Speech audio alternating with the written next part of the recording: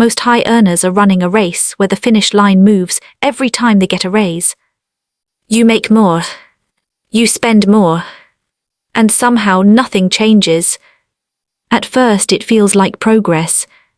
A better phone. A nicer apartment. More convenience. But slowly, quietly, that progress turns into pressure. If you don't define your enough, you'll spend your best years building a lifestyle you can't afford to leave. You won't feel rich. You'll feel trapped at a higher level. By the end of this video, Annie will give you a simple formula to lock your lifestyle and to set a personal spending limit. So every raise starts buying you freedom, not pressure. So every future raise buys you freedom, not more bills. Picture this. 2 people live in the same neighborhood. They shop at the same stores, drive on the same roads, live under the same economic conditions. But their lives are completely different. One earns $95,000, constantly stressed, 2 paychecks from a crisis, unexpected bill, panic, small emergency, debt. The other earns $52,000, but has 18 months of expenses saved. Calm, stable, in control, same environment, different outcomes. This isn't about income, it's about behavior.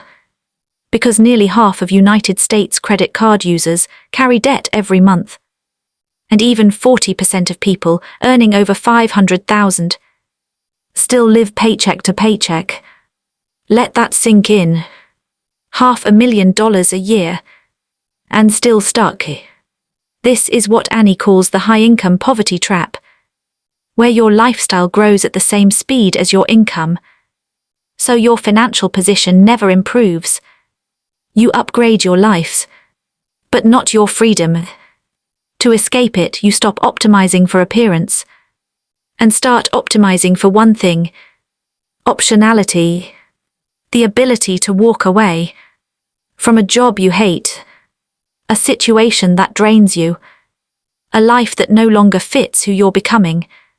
Here's the first mistake. You're not recognizing the illusion. A lot of people aren't trying to be rich. They're trying to look rich. And that difference is everything. This is the entry-level luxury trap. Buying the cheapest version of a premium brand just for the logo. Not because it's the best option, but because it sends a signal. Or buying a base model BMW with manual seats, instead of a fully loaded Honda that's cheaper to maintain and just as functional. It looks better on the outside, but financially it's weaker. And most people don't notice the trade-off, because they're focused on perception, not performance. But here the hidden cost: higher insurance, premium fuel, expensive maintenance, unexpected repairs, costs that don't show up on day one, but compound over time. You're paying more for less value. Here's the truth most people miss. Real wealthy people buy luxury after they have built wealth.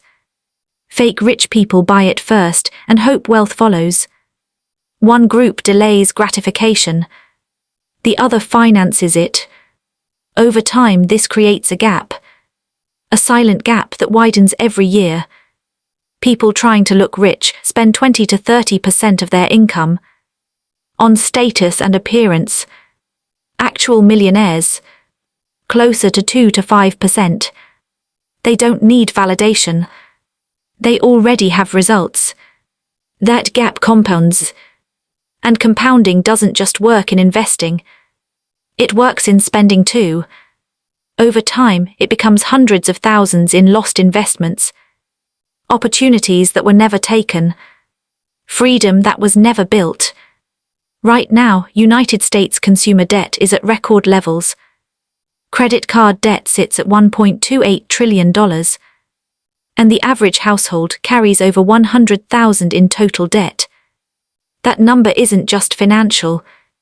It's emotional. Because debt doesn't just cost money. It costs peace, and most of it is tied to lifestyle, not survival. Lifestyle. People financing things that don't build value, just to show off. Things that lose value the moment they're purchased. This is what Annie calls empty wealth. Looking successful while building nothing underneath. A $5,000 designer bag, with only $2,000 in savings. A luxury car, with no investments. A lifestyle that looks impressive, but collapses under pressure. Trading long-term security for 3 seconds of attention and praise. Simple rule. If you can't buy it twice in cash, you can't afford it. Because when you finance lifestyle, you pay interest on something losing value, while your future shrinks. You're borrowing from your future to impress people in the present. You might pay 30% more for something worth half later. That's not wealth or progress. That's delay. Delay of freedom. Delay of stability. Delay of options. Here's the strategy no one talks about.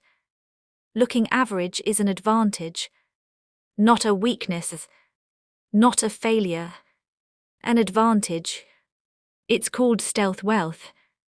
61% of people earning over $250,000 drive normal cars, Toyotas, Hondas, Fords.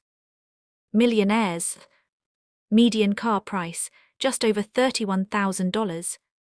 A large percentage of high earners drive normal cars. Not because they can't afford better, but because they don't need to prove anything. They've already won the internal game. They're not chasing approval. They're building control. Jeff Bezos drove a Honda Accord. Warren Buffett still lives in the same house he bought in 1958. Not because they lack money, but because they understand something deeper. Wealth is what you don't show. Looking normal gives you privacy, better deals, less pressure to perform, less expectation to maintain an image, and most importantly, it removes the invisible tax people pay for looking rich. Because the moment you look wealthy, everything costs more. Prices change. Expectations rise. People treat you differently. And suddenly, your lifestyle becomes a performance. Stealth wealth removes that pressure. It gives you space to build quietly. Here's the real problem. Most people never decide what enough looks like. So their lifestyle keeps expanding endlessly. Every raise becomes an upgrade. Every upgrade becomes a new normal. And soon, what once felt like luxury feels like necessity. Bigger house, better car, more expensive habits. And the race never ends. Ask yourself, if everything you own disappeared today, would you actually replace all of it? Or have you accumulated things you don't even truly value? This is where Annie's strategy changes everything. You set a fixed lifestyle ceiling. You define your enough. Not based on ego. Not based on comparison. But based on what genuinely improves your life. You set a limit. And anything above that builds your freedom. Example, if you decide your life works perfectly at $60,000 a year, and you start earning $150,000, that extra $90,000 doesn't disappear. It doesn't get absorbed into lifestyle inflation. It gets redirected into investments, into assets, into options. It builds freedom. But if you don't decide this early, you'll feel just as broke at $300,000 as you did at $80,000, because your expenses will rise to meet your income. They always do unless you stop them.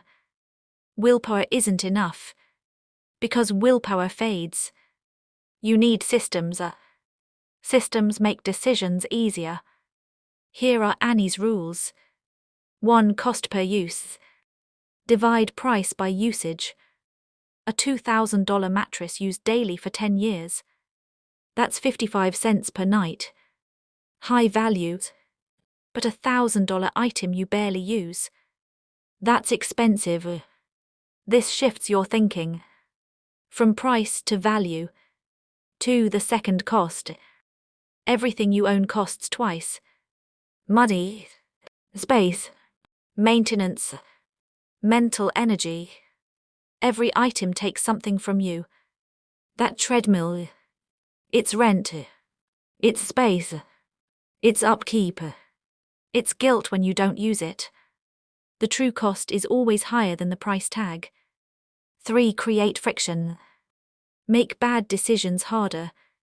Remove saved cards. Delete shopping apps. Unsubscribe from marketing emails. Make spending inconvenient. Because convenience increases consumption. Lock your savings. Automate investments. So the right decision happens without effort. 4. The 24-hour rule. Wait before buying. Not forever. Just long enough. For emotion to fade. Most impulse purchases don't survive time. You'll eliminate most unnecessary spending instantly. Hear why this matters now. Over the next 20 years, $124 trillion will change hands. The largest wealth transfer in history. And that money will flow into assets. Stocks, businesses, real estate, investments, not into consumption, into ownership. People who are already positioned will benefit the most. Since 2009, those who stayed invested have seen their wealth triple or quadruple, not because they were lucky, but because they were prepared. The opportunity isn't coming. It's already happening.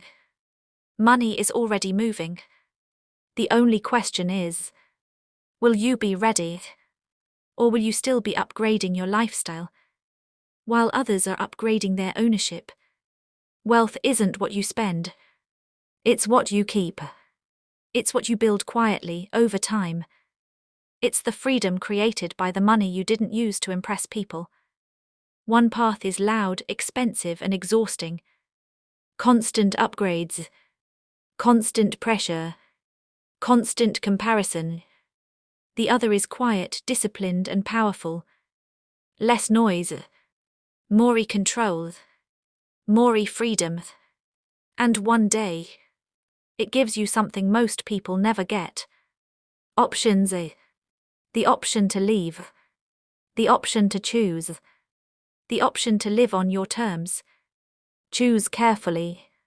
If you're done chasing a lifestyle that keeps you stuck. Subscribe for more strategies like this.